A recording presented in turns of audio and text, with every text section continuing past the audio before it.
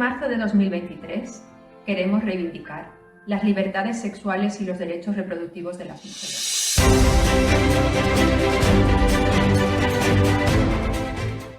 Continúan los frenos y se producen retrocesos en nuestras conquistas.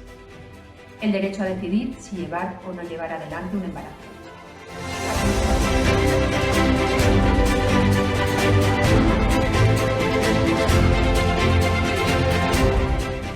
A tener una vida digna como madres o sin hijos.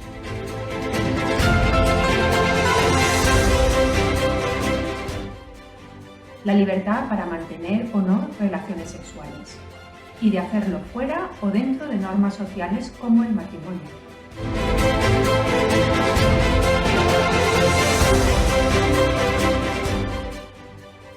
Aspiramos a vivir sin temor al rechazo social o el castigo por parte de las autoridades, en España, pero también en El Salvador, en los Estados Unidos, en Polonia o en Marruecos, con quienes nos unen lazos especialmente estrechos debido a la presencia de miles de trabajadoras agrícolas en huelga cada año.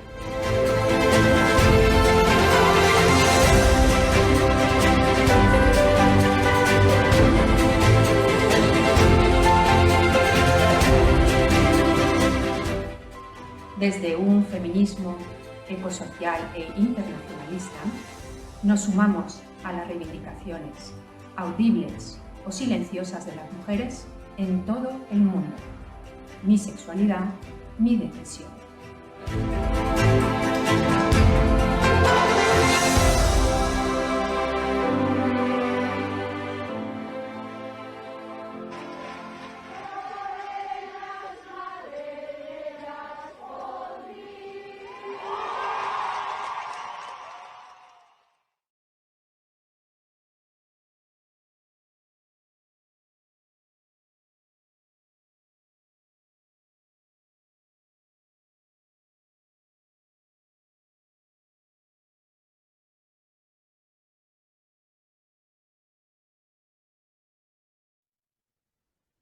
Hoy hablamos de migración laboral y libertades sexuales de las mujeres. Esta jornada de hoy es fruto del trabajo de denuncia y presión que desde el colectivo Mujeres 24H venimos realizando en Huelva desde el año 2018 y de las conversaciones y las colaboraciones y alianzas que hemos ido llevando a cabo con otros grupos de mujeres y feministas a través de las fronteras en países de América Latina y también con Marruecos. Por ello, en el día de hoy, en esta jornada, contamos con la participación de expertas internacionales que nos hablarán de temas como la situación de las libertades sexuales en Marruecos o de la politización de los derechos sexuales y reproductivos en países de América Latina. Saludamos en primer lugar a Latifa Lamarty, quien nos habla desde Marruecos. Gracias por la invitación. La verdad es que es un placer estar en esa mesa hablando de libertades, mujeres y derechos, ¿no? Bueno, yo soy profesora investigadora y mi línea de investigación son los estudios feministas de coloniales y género. He trabajado como experta de género en 2000-2001, cuando el género como concepto era algo desconocido en Marruecos. 23 años después, la situación de la mujer marroquí ha mejorado en algunos aspectos, pero la mentalidad machista no ha cambiado mucho, porque el género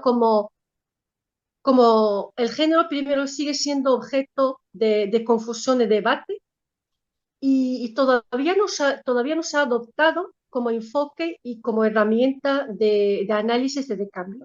De hecho, hablar de las libertades sexuales en Marruecos es muy delicado y muy complicado a la vez, porque sigue siendo un tema tabú, aunque últimamente sí que podemos decir que está presente en el debate intelectual y público sobre las libertades individuales gracias a las organizaciones asociativas de derechos humanos. Y fue la Asociación Feminista Marroquí por los Derechos Humanos la primera en abordar, digamos, el tema y fomentar este debate. Hemos de saber que el movimiento feminista marroquí es una fuerza de presión y de cambio muy importante, sobre todo en los ámbitos político y público, ¿no?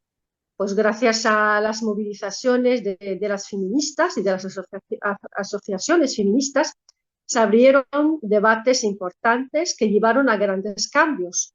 Podemos citar las reformas del Código de la Familia, o lo que se llama el Mudawwana en árabe, en 2004, tras la campaña del 1.000.000 de firmas. También la reforma del 2014 para acabar con el Código Penal que dejaba libre de cargos, ¿no?, al violador si se casaba con su víctima. La reforma del 2018 que aprobó la ley de violencia contra las mujeres, entre otras reformas. Y hay que decir que el tema de libertades individuales ha empezado a notarse en Marruecos, en muchos países árabes, sobre todo después de la primavera árabe, ¿no? Porque en ese momento crece el interés por cuestiones de la identidad, de la religión y de la cultura. Bueno, hablar de libertades libertades sexuales es un tema que abarca muchos aspectos y muchas cuestiones. Yo en esta intervención voy a limitarme a hablar del aborto y de las relaciones sexuales, porque son los que más debate arman actualmente en nuestra sociedad. Desde un punto de vista jurídico, el aborto se considera un delito y se penaliza con 2 años de cárcel según los artículos 449, 450, 454. Solo se permite si la salud de la mujer está en peligro. Y desde 2015, gracias a la intervención del rey Mohammed VI, se permite también en otros 3 casos, por violación, en el caso de violación, por incesto y malformación fetal. Aunque según el médico, el profesor Shafiq Shraibi, que es activista y fundador de la Asociación Marroquí de Lucha contra el Aborto Clandestino, estas 3 situaciones representan solo un 10% de los casos reales que vivimos en nuestra sociedad. Y incluso en estos casos en los que se permite el aborto, hay que esperar el permiso del juez. Y sabemos que la decisión del aborto no puede esperar. Las relaciones sexuales fuera del matrimonio también se consideran un delito que se castiga con cárcel de 1 mes a 1 año, según el artículo 490 del Código Penal. Después de la condena de la periodista Hajar Reisun en 2019, por este motivo, por mantener relaciones sexuales fuera de matrimonio por el aborto, surgió inmediatamente el colectivo 490 para poner en cuestión esta ley, ¿no?, la ley 490, y para pedir que se otorgue más libertades religiosas a la gente, porque consideran que la práctica sexual es un derecho humano y que forma parte de las libertades individuales. Este colectivo feminista ha lanzado una campaña nacional bajo el lema No a la cárcel, que verdaderamente ha tenido una gran acogida en las redes sociales y se ha podido recoger firmas tal como se hizo para reformar el Código de la Familia. Con ello, pretenden llevar la discusión al Parlamento para abolir definitivamente esta ley, por lo cual podemos decir que han pasado de una etapa de construcción a otra de reivindicación jurídica.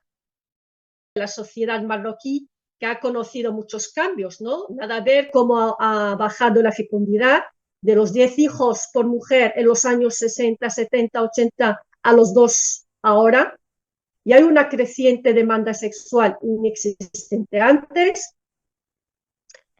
Esas leyes no respetan los derechos individuales y se meten en las decisiones y creencias del individuo y en su forma de ser, ¿no? Como ser, su forma de ser como persona libre, responsable de sus decisiones y de sus actos. Son leyes inútiles porque, a pesar de estar ahí, pues el aborto, las relaciones fuera de matrimonio es una realidad. Es decir, que las leyes que normalmente deberían de servir de impedimento, pues no cambian nada. Esas leyes no cambian nada. Cada vez hay más aborto, más relaciones fuera de matrimonio. Según la UNESCO, cada día se da a luz a 153 niños y niñas fruto de relaciones fuera de matrimonio. Total 8.760 al año, y la mayoría, el destino de la mayoría de esos niños y niñas es la calle. Y la existencia de esas leyes en la legislación marroquí solo obliga a la gente a hacerlo clandestinamente. Y eso es peor porque, por supuesto, eso favorece los abusos y provoca muchos problemas, sobre todo para las mujeres. Si hablamos, por ejemplo, del aborto, no hay estadísticas oficiales porque, claro, es un tema secreto para el gobierno, se hace de forma secreta y clandestina, pero las asociaciones feministas dan cifras alarmantes, estimando que cada día hay entre 600 y 800 operaciones de aborto. Y estas cifras aumentan en ciudades donde encontramos o se potencia más bien el turismo sexual, como Marrakech y Agadir. Por supuesto, un aborto clandestino resulta más costoso y más dañino para la mujer. Las mujeres ricas aquí suelen hacerlo fuera del país, sobre todo en Francia o en España, pero las mujeres vulnerables de clases humildes lo hacen de forma tradicional, con hierbas, o acudiendo a matronas o simples enfermeras, o incluso a mujeres que se dedican a ello sin ningún tipo de formación previa. Y por supuesto se hace en condiciones, en deficientes condiciones sanitarias, no son nada higiénicas, y así la mujer se arriesga su salud e incluso puede arriesgarse su propia vida, lo que aumenta, digamos, el índice de mortalidad en madres, sobre todo en zonas marginales y en el campo.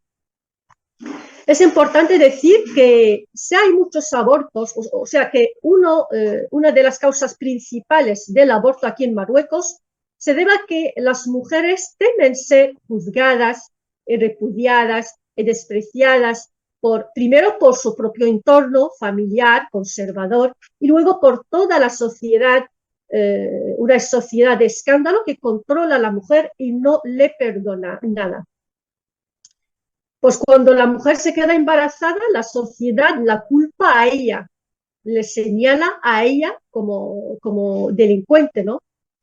O sea que la mujer se ve enfrentada a nivel social a la presión de la familia y de todo su entorno, y a nivel legal a una condena de cárcel, mientras que el hombre queda a salvo de la mirada de la sociedad y de la aplicación de la ley.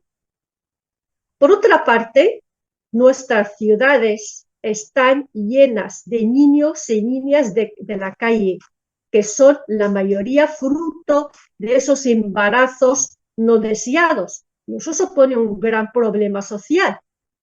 Eso significa más pobreza, más analfabetismo, más mendigos y mendigas, más paradas y vagos en la sociedad.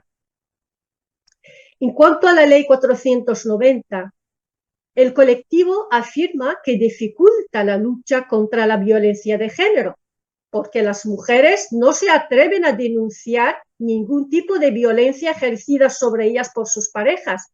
Tampoco pueden denunciar una violación si no hay evidencias físicas, porque en ambos casos podrían terminar fácilmente en la cárcel por relación fuera de matrimonio. El último informe del propio Ministerio de Igualdad marroquí nos informa que más de la mitad de las mujeres del país, un 54%, sufren algún tipo de violencia y solo un 7% denuncia ante la policía. Por lo cual, la ley 490 dificulta la otra ley 103.13 relativa a la violencia contra las mujeres, que entró en vigor en Marruecos el 12 de septiembre de 2018, después de un debate que duró 5 años. Y de este modo, la ley 490 participa en aumentar la violencia de género en Marruecos.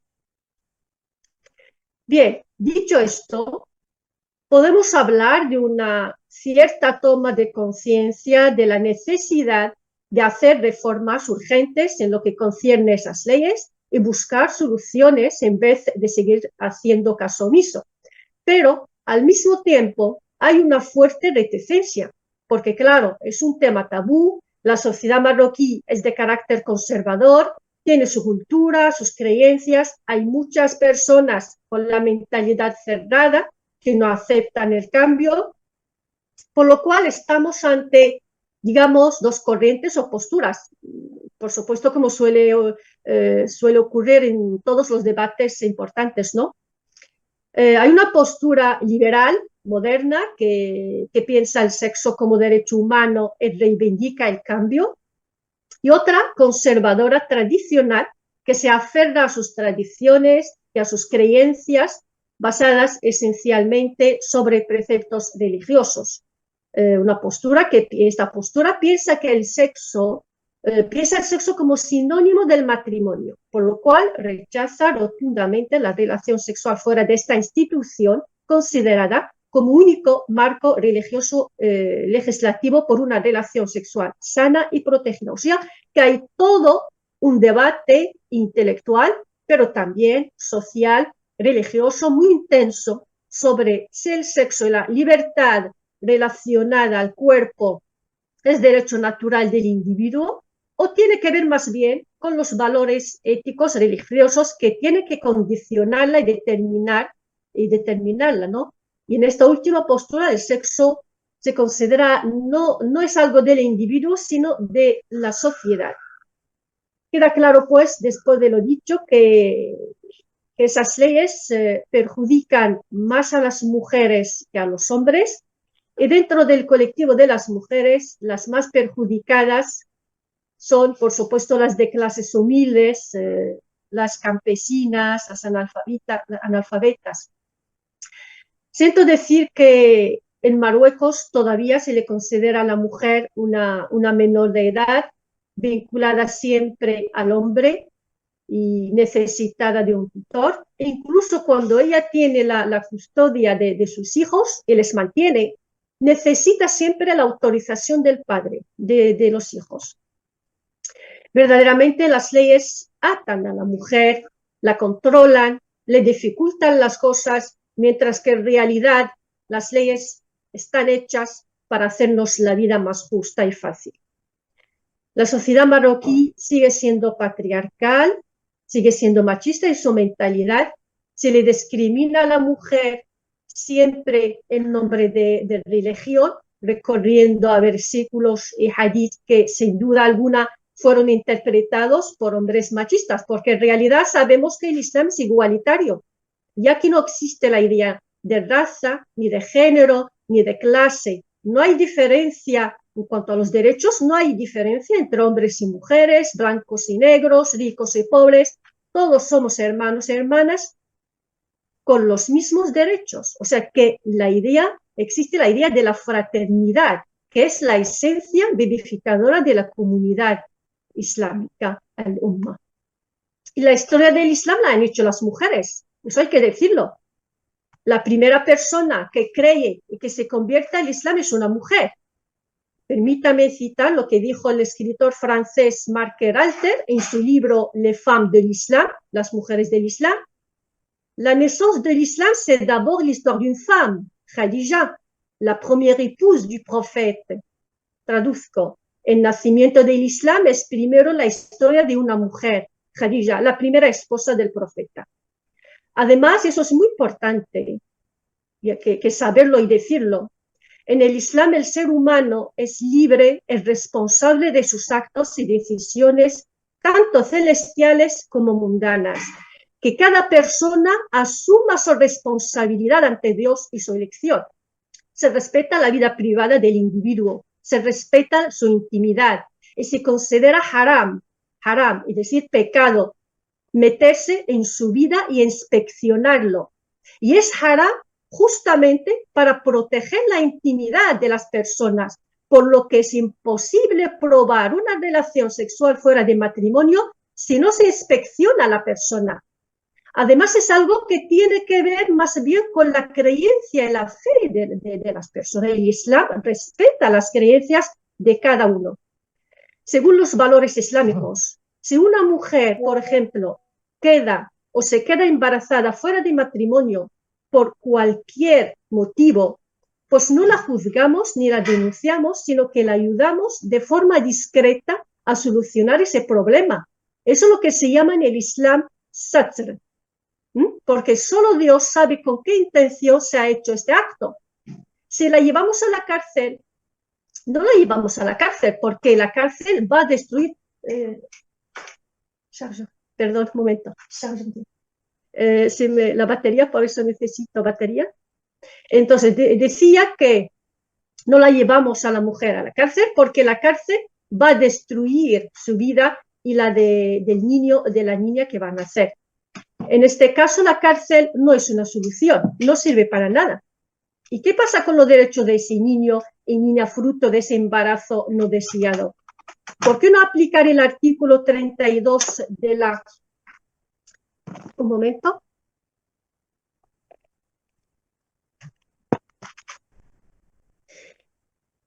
Decía que, ¿por qué no aplicar el artículo 32 de la Constitución que dice que el Estado otorga igual protección jurídica y igual consideración a todos los niños y niñas con independencia de la situación familiar? Y el artículo 54 del Código de la Familia, que dice: los deberes de los padres y las madres hacia sus hijos y hijas son asegurar su protección, velar por su salud, establecer y preservar su identidad. Entonces, lo que se debería hacer es la prueba ADN para los niños nacidos fuera del matrimonio y obligar al padre a asumir su responsabilidad y no dejar a ese niño o niña sin padres.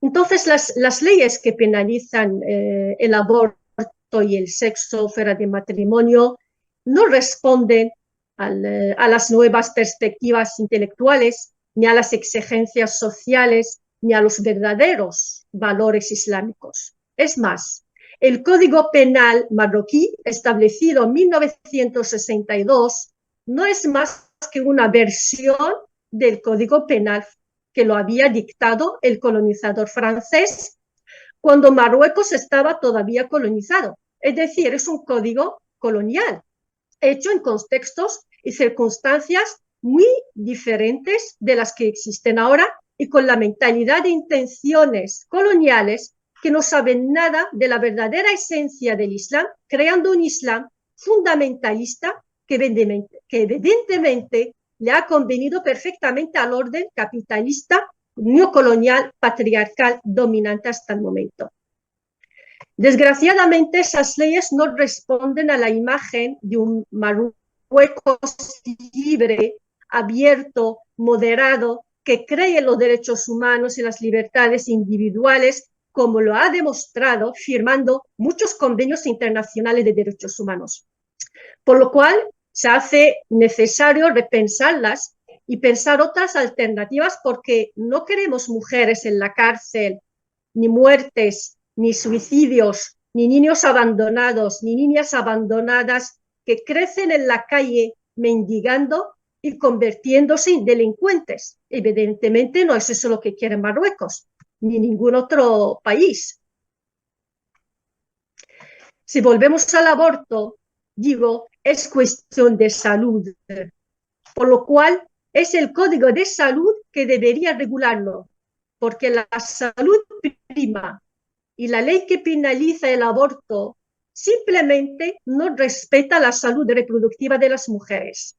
No queremos leyes destructoras, sino protectoras. Muchas gracias. Muchas gracias a ti, Latifa, por tus explicaciones tan claras. Creo que has podido transmitir un mensaje muy claro y muy directo sobre cuál es la situación de las mujeres en tu país, teniendo en cuenta, valorando los avances, también los frenos que siguen existiendo, las contradicciones dentro de la sociedad marroquí y también, bueno, cómo se ha interpretado y reinterpretado lo que los códigos, las leyes y las normas, tanto religiosas como sociales, jurídicas, de Marruecos, pues como se ha reinterpretado a lo largo pues, de este último siglo y que todo debe y puede ser cuestionado, puesto en cuestión para el bien de todas las partes. Me ha parecido muy interesante ese énfasis que has hecho sobre la situación en la que quedan los niños y niñas de estas mujeres que son castigadas. Si me permites, yo creo que, dada la situación que vamos con un poco justo de tiempo, yo simplemente te voy a hacer un comentario y me gustaría tener tu apreciación.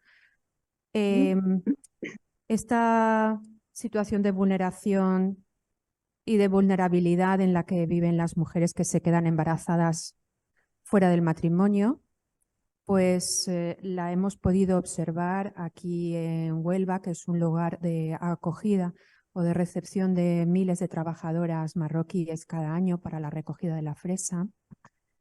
Y el análisis que hemos hecho con un número significativo de mujeres que llegan embarazadas o que son mujeres que tienen hijos como madres solas o repudiadas por sus parejas, es que la llegada a trabajar a Huelva se convierte también en una manera de escapar de no solamente ese castigo jurídico, policial jurídico que pueden recibir, sufrir en su país de origen, en su ciudad de origen, sino también, si no igual o más importante, el castigo social. O sea que la salida al exterior, la emigración, como comentaremos en la segunda parte de la jornada de hoy, hablaremos un poquito más en profundidad de esto, se convierte en una escapatoria, en una salida para estas situaciones individuales que ponen, según ellas, en las conversaciones que hemos mantenido, ponen en vergüenza, en riesgo para ellas y sus hijos, pero también en vergüenza a ellas y a sus familias. Entiendo por la situación. Exacto. Entonces, como muy bien has comentado, a ver si tienes algo que decir a esto, y el análisis me ha parecido muy de acuerdo con los nuestros análisis aquí, como el sistema de explotación capitalista aquí representado por la agroindustria en Huelva aprovecha esa vulnerabilidad de estas mujeres que tienen una situación complicada en sus casas allá. Y el tratamiento de como sujetos menores de edad, ¿no? Esa minoría de edad que se le sobreentiende a la mujer, se convierte como en el elemento fundamental en el que se fundamenta esa explotación económica y también sexual en la que sufren muchas de ellas durante su estadía en los campos de Huelva y si además deciden quedarse por más tiempo. No sé si te gustaría, Latifa, comentar alguna cosa al respecto. Sí, en efecto, desgraciadamente, como he dicho, la sociedad marroquí es muy machista, ¿no? En su mentalidad, en su educación, desgraciadamente. Todavía educamos en esas representaciones sexistas, ¿no? Esos roles tradicionales. A la mujer no se le perdona nada, la mujer tiene que ser siempre perfecta y la mujer huye más de la cárcel, como ha dicho, huye de la mirada de la sociedad. porque siempre se le señalan a ella, se le culpan a ella. Y por desgracia ella huye al otro mundo, ¿no? Que a España o a Europa en general, pensando que ahí va a encontrar un mejor mundo, pero desgraciadamente ahí sufre también por racismo, por clasicismo, ¿no? O sea que es verdad que las mujeres sufren, no sufrimos solo por discriminación de sexo, de género, sino también por clase, por otras discriminaciones, ¿no? Es una discriminación múltiple y es una pena, la verdad, sí. Y claro, eso se tiene que cambiar mediante la educación. O sea, que sí, es verdad que en Marruecos las asociaciones feministas han podido cambiar muchas cosas en cuanto a lo que se refiere a lo jurídico, ¿no? Pero a nivel de educación hace falta luchar en ese sentido, porque eso es lo más importante, cambiar las mentalidades. Mientras no se cambie la mentalidad, la mujer seguirá siendo, seguirá sufriendo de esa mirada, de esas discriminaciones múltiples. Muy bien, bueno, pues concordamos con esta idea de cómo las mujeres que son discriminadas y reducidas en sus derechos luego son sujeto de explotación aprovechando esta vulneración de los derechos. Entonces, bueno, voy a dejar paso al vídeo. Sí que os quiero advertir que el vídeo está en francés, porque estas cosas aquí abiertamente en el Estado español nadie se ha atrevido hasta ahora a decirlas y tienen que ser muchas veces desde fuera donde nos tienen que sacar los colores. Entonces nuestros vecinos franceses hicieron esta excelente explicación, porque es que lo dice todo clarísimo, y tendréis que hacer un pequeño esfuerzo de leer el subtitulado. Creo recordar que son 12 minutos. 14 minutos. Bueno.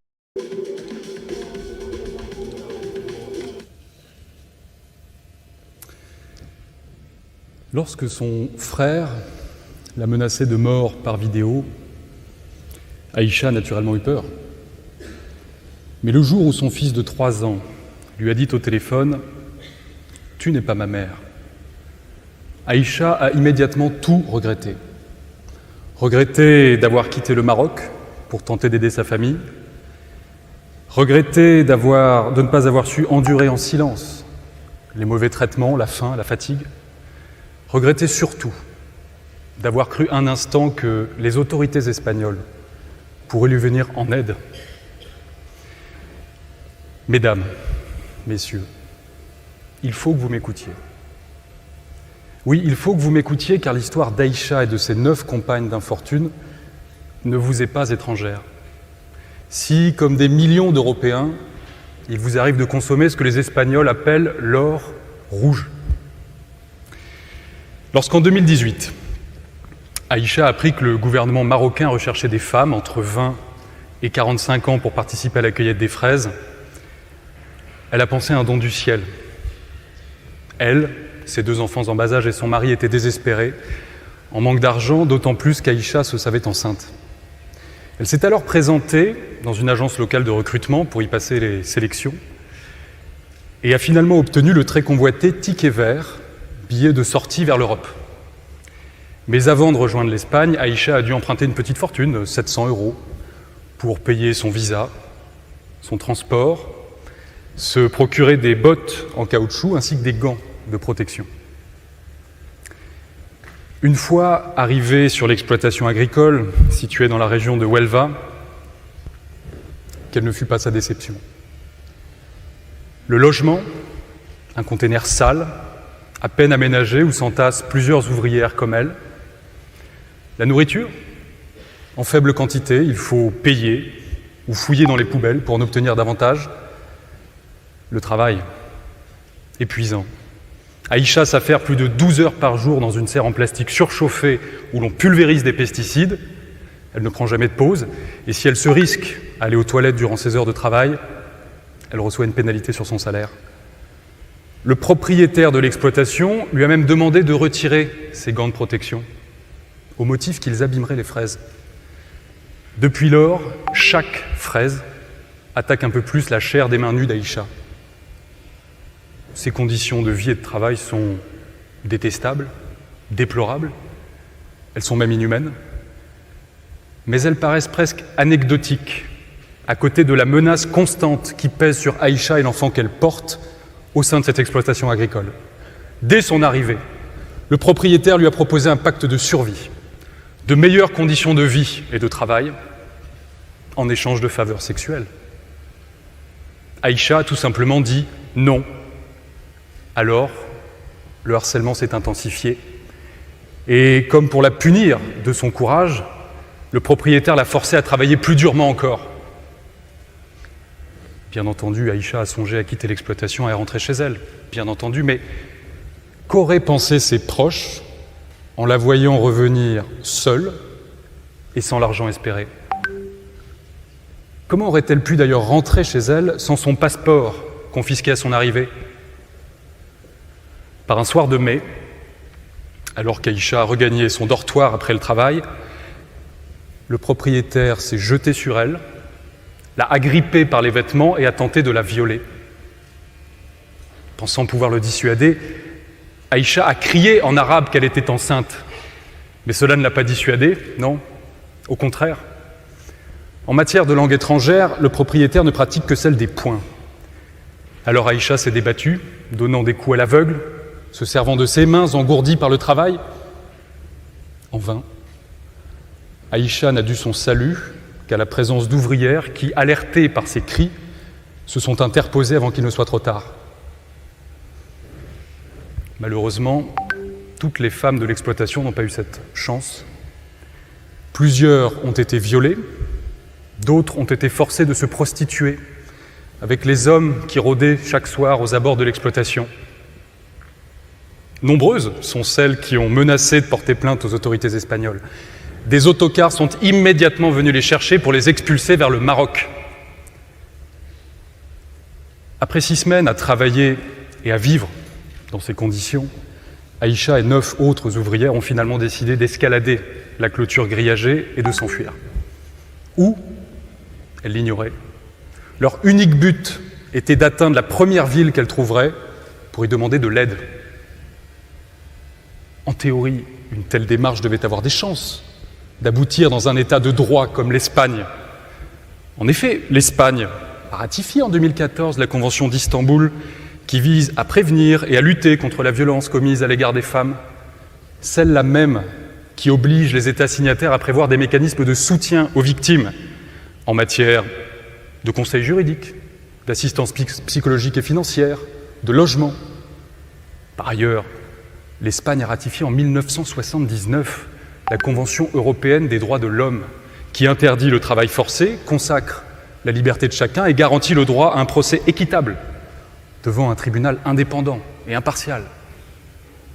Enfin, l'Espagne est un grand pays démocratique. Membre de l'Union européenne et de l'Organisation des Nations Unies, elle a fait sienne la Déclaration universelle des droits de l'homme, qui prévoit notamment que toute personne a droit à un recours effectif devant les juridictions nationales compétentes à l'encontre des décisions ou des actes violant les droits fondamentaux.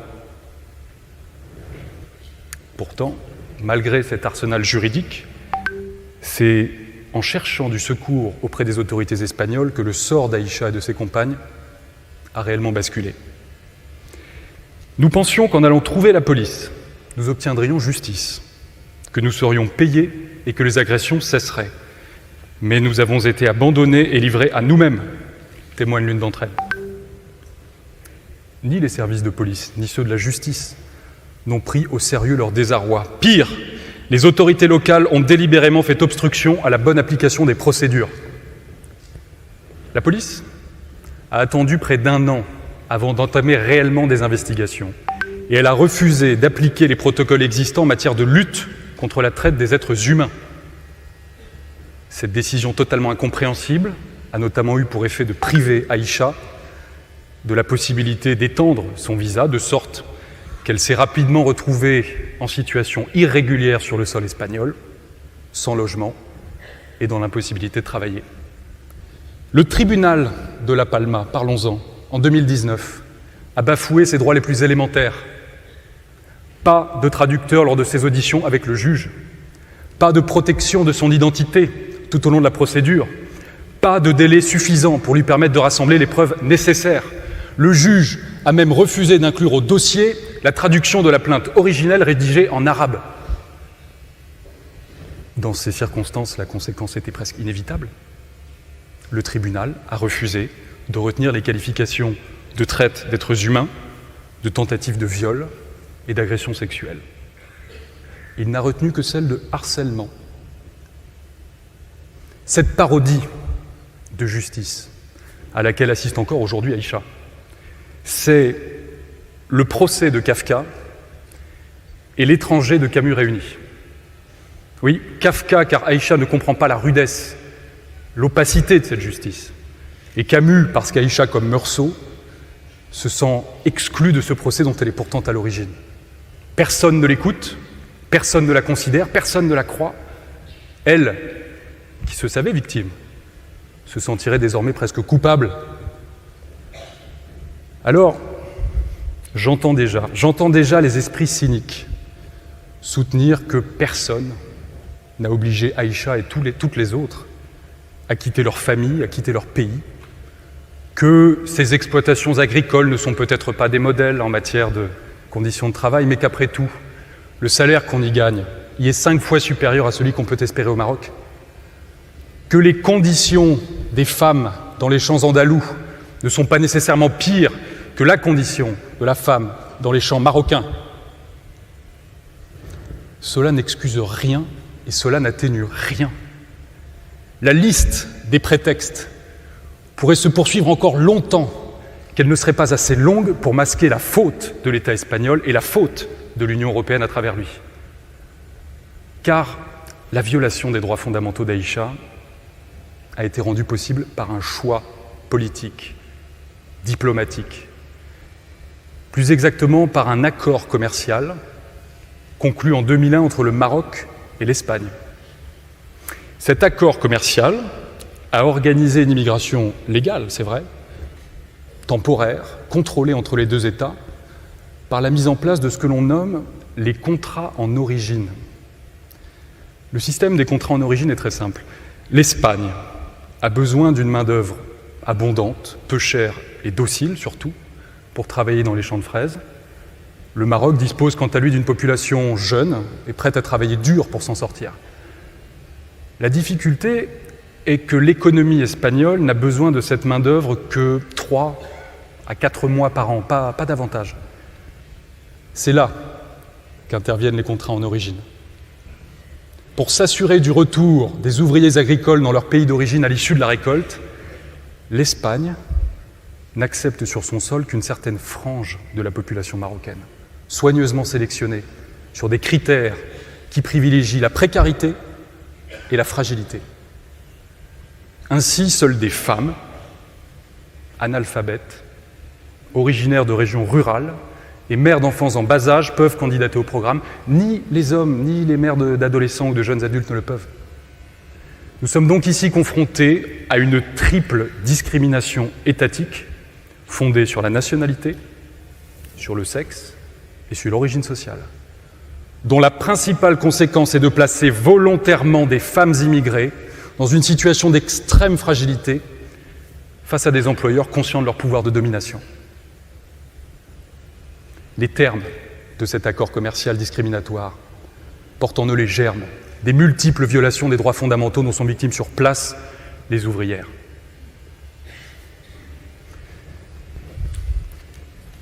Et qu'on ne s'y trompe pas. Qu'on ne s'y trompe pas. Les violations dont elles sont victimes nous concernent tous et doivent nous alerter. Selon les mots de Martin Luther King, la moindre injustice, où qu'elle soit commise, menace l'édifice tout entier. Comme il avait raison.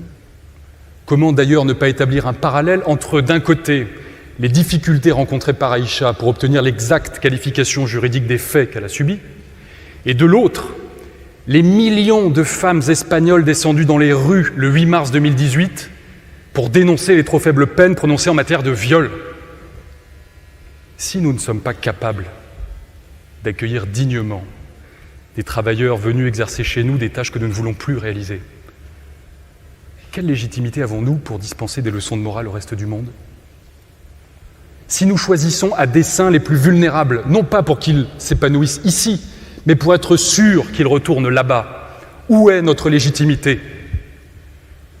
Si nos systèmes judiciaires découragent, humilient et finalement desservent les plus faibles, où est notre légitimité? Malgré les épreuves qu'elles ont traversées et qu'elles traversent encore, il faut les voir, ces 10 femmes, debout, déterminées, le regard droit. Je ne rentrerai au Maroc que lorsque la vérité éclatera. Je veux rentrer chez moi la tête haute, prévient Aïcha. Même si le combat judiciaire est encore long, ces femmes, choisies pour leur docilité supposée, ont déjà donné tort à tous ceux qui pariaient sur leur silence.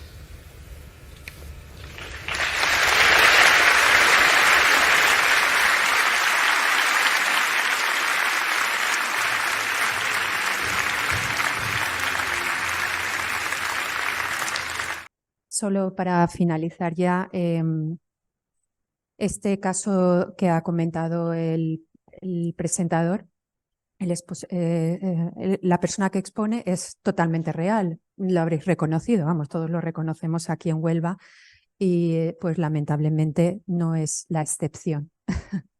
Hay muchas Aishas de todo tipo, pero la verdad es que si de alguna cosa nos tenemos que alegrar es de que haya tanta gente escuchando eso interesada, ¿no?